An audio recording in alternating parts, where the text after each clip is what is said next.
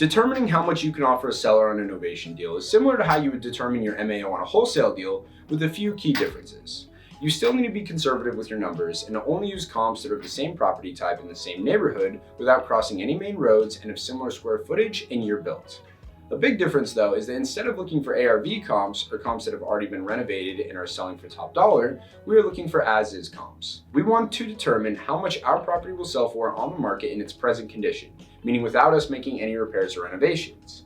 We're going to do this by analyzing what other as-is properties have sold for in the area in the last 90 days and what properties are currently listed on the market or pending.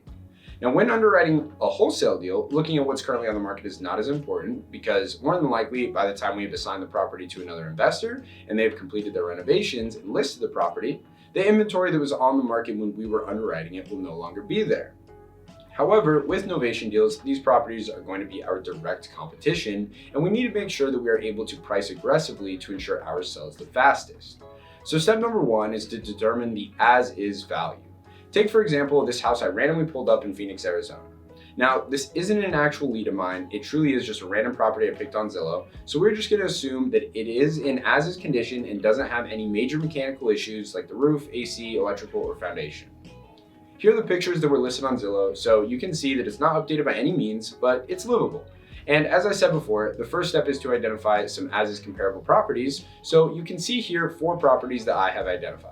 The first 2 are going to be as-is comps, and the last 2 are going to be ARV comps. If we take a look at comp number 1, we see that it is very similar to our property as far as number of beds and baths and square footage. And by looking at the photos, we can also tell that it hasn't been updated either. It sold for $485K earlier this year, and if you scroll down a little bit on Zillow, you can see the price history. And this tells us that the property was originally listed in November of 2022 for $530, and after a couple of months in price reductions, it eventually sold for $485. This shows us that $485 is going to be a realistic price. Comp number 2 is another similar property, and you can see here that it's another property that is in as-is condition without any interior updates, and although it's a little bit bigger, it's also 3 bedrooms and 2 baths. This property sold for substantially less at $410, and if we scroll down, we can see that it was listed in the beginning of February and quickly sold for just under list price. Based on these 2 comps, we can tell that if we want a quick as-is sale, we're going to need to be priced somewhere in the 400s. Where in the 400s is going to be dependent on how clean the property is, and since we don't know the exact condition of our subject property, we're just going to assume the worst and plan to list the property for $410. Now, I picked $410 because comp number 2 sold in 30 days, and that's what we're looking to do with our property. Here's what the underwriting is going to look like for our novation offer.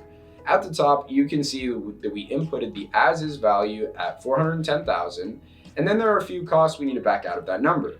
Now, the first is going to be the selling costs. We account for 5% of the sales price for this. This is going to pay 3% to a buyer's agent and then leave another 2% for other closing costs. Notice we don't include another 3% for a listing agent, and that's because we list all of our novation deals with a flat fee broker that typically costs us a couple $100 and 1/4%, which we factor into the 2% for closing costs. The next line is going to be the repair costs for as is. Now, this is not the same as the repair costs you would estimate for a renovation. This is purely backup money just in case our buyers ask for repair concessions or perhaps they offer under list price. Now, with the as-is properties, this is going to be common. And I only accounted for $10,000 here because I think at $410K, we would already be aggressively priced and there wouldn't be much of an issue. But like I said, we aim to be conservative. The last box is going to be the investor profit, and this is how much money we plan to make on the deal. Our goal is to always make at least $22,000 on every novation deal, but we're going to shoot for $25K. So if we can list this property for $410,000, even after paying the realtor fees and closing costs and accounting for potential concessions or price drops, we would be able to offer the seller $354,900, and that would still allow us to make almost $25,000. Now, let's compare that to what our wholesale offer would be on this very same property. If we take a look at comp number 3, we can see that it's another 3 bedroom, 2 bath, 1,500 square foot property, and it sold for $588,000. As you can tell from the photos, the property looks like it has been recently updated. Now we also have comp number 4, which is another 3-2, 1,500 square foot property that sold for $550. And again, from the photos, it looks recently renovated. Now, accounting for our smaller square footage, I would expect for this property to sell somewhere between the $500 and $515 on the market if it underwent a full interior remodel. Now here's what my underwriting would look like if we were going to wholesale this property. At the top, you can see I put $500,000 for the ARV, again, erring on the side of caution here. And we would need to pay out 8% for selling costs when the flipper sells the house. So $3,500 for closing costs when they buy it from us. Then also a $60,000 to do a full interior renovation, which is going to be very typical for this market. And then also the profit the flipper would expect, which again, 12% of ARV is very typical for this market. Then also the flipper's holding costs, which is the hard money payments they will be expected to make while the renovation is going on. Now, based on that, if we wanted to make a $20,000 wholesale fee, we would need to buy this contract for $300,000. That is more than $50,000 less than what we can offer on a novation. Not to mention, also, you only get a 25% smaller fee. Now, we have found that using novations has allowed us to consistently offer sellers $30,000 to $80,000 more than what we could if all we were doing was wholesaling. The power of using this strategy has allowed us to close way more deals and for higher fees. In the current real estate market, flippers have become much more picky, and institutional investors like hedge funds have mostly backed out, and it has made the traditional methods of wholesaling so much harder.